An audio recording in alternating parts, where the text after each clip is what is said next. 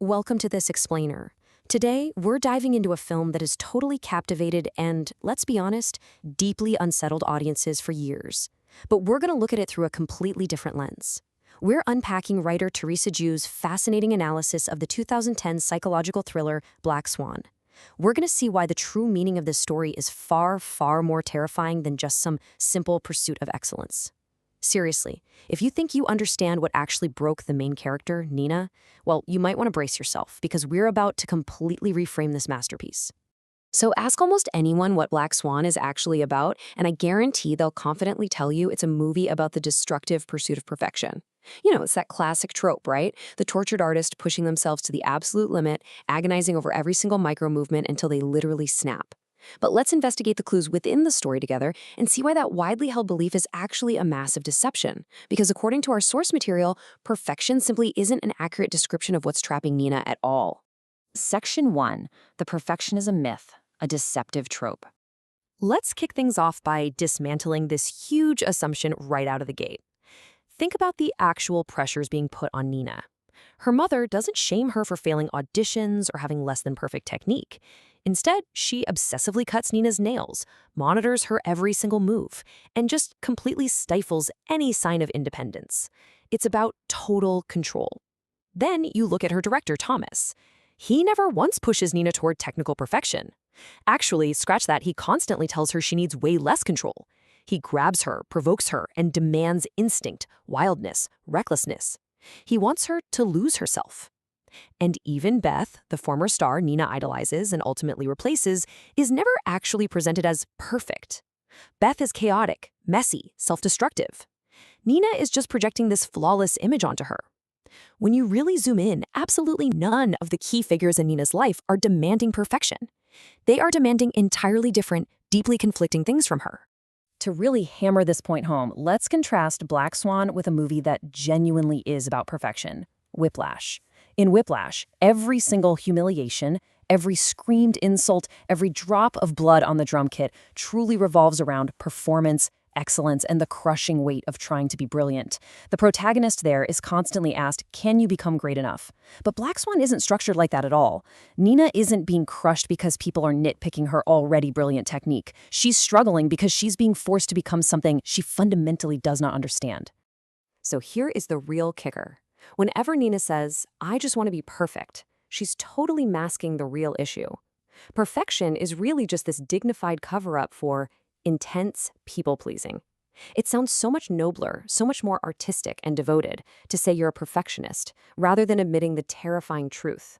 And the truth is that she is completely dependent on external approval for her very survival. Perfection is just a symptom on the surface. So now that we've ruled out perfectionism as the true culprit, we can uncover the real trap. Moving right along to Section 2, the two cages, and these opposing molds Nina is shoved into. Look at this impossible setup.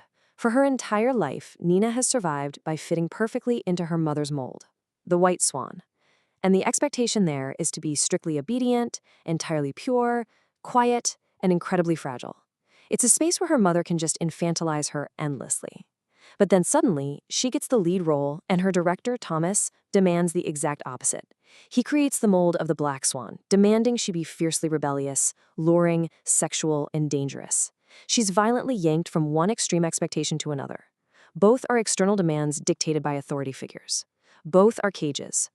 And because of this, we kind of have to completely redefine what the Black Swan actually is within the context of the story. A lot of people view the Black Swan as a symbol of liberation, a coming-of-age milestone, or a triumphant sexual awakening for Nina. But as Teresa Jiu points out, that interpretation comes from us, the audience, projecting a standard character arc onto the screen. To Nina, the Black Swan is absolutely not freedom. It's literally just another mold, another external expectation violently imposed on her by someone else. If you want a really stark contrast to see how suffocating this is, let's look at Tyler Durden from Fight Club. Both are well-behaved children, trapped in rigid systems, right? And both are told to break out and find freedom through darkness and rebellion. But Tyler's liberation feels satisfying to watch because he actually knows what he genuinely desires. His problem is just fear and social conditioning. Nina, however, has no self at all. She never actually wanted to be the Black Swan. The Black Swan was never her dream. She is just tearing herself apart to please yet another demanding authority figure. Which brings us to Section 3, the authenticity paradox, or being ordered to be free. Okay, this is the deep psychological core of the whole explainer. The author uses this amazingly relatable analogy to explain why Nina's struggle feels so entirely suffocating. Imagine you decide, entirely on your own, to wash the dishes because you genuinely want to help out. But right before you turn on the faucet, your mother walks in and sharply orders you to wash them. Suddenly, you don't want to do it anymore. Every single ounce of motivation drains right out of your body. The physical act of washing dishes hasn't changed one bit, but your agency has been completely stolen. And just like that incredibly frustrating dishwashing moment, Nina's agency is completely hijacked. She's ordered by her director to let go, to be wild, to be herself. But as this powerful quote from the source lays out, the self cannot emerge under command. You cannot be ordered into authenticity. The moment Thomas makes being free a strict requirement for her job, her success, and her survival, it completely ceases to be freedom. It just becomes another brutal task she has to complete. This creates an absolute psychological nightmare scenario, which the author calls the infection of external judgment. When self-expression becomes just another assignment to be evaluated, graded, and ruthlessly criticized, the genuine self naturally retreats even further into hiding. Instead of actually feeling free and liberated, your inner thoughts become frantic. You're constantly thinking, am I free enough? Am I authentic enough? Am I expressing myself correctly for my director? The gaze of others just seeps into everything. The self is forced to merely perform authenticity. You're faking being real. Every instinct is second-guessed, and the mind turns into this prison of endless surveillance. And that brings us to our final section, Section 4, the real horror and the ultimate destruction of the self. So here is the devastating truth of why Black Swan is fundamentally a psychological horror film, and absolutely not some quirky coming-of-age story about finding oneself.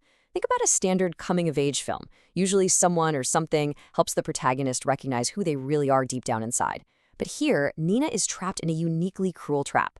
The very system, these suffocating external expectations, the endless demands for absolute compliance from her mother in the ballet world that destroyed her sense of self in the first place, now turns around and demands she magically produce one on stage. The system that created the problem suddenly presents itself as the solution, and that is a contradiction that is simply impossible to survive. Which leads to this incredibly tragic, frankly inevitable conclusion.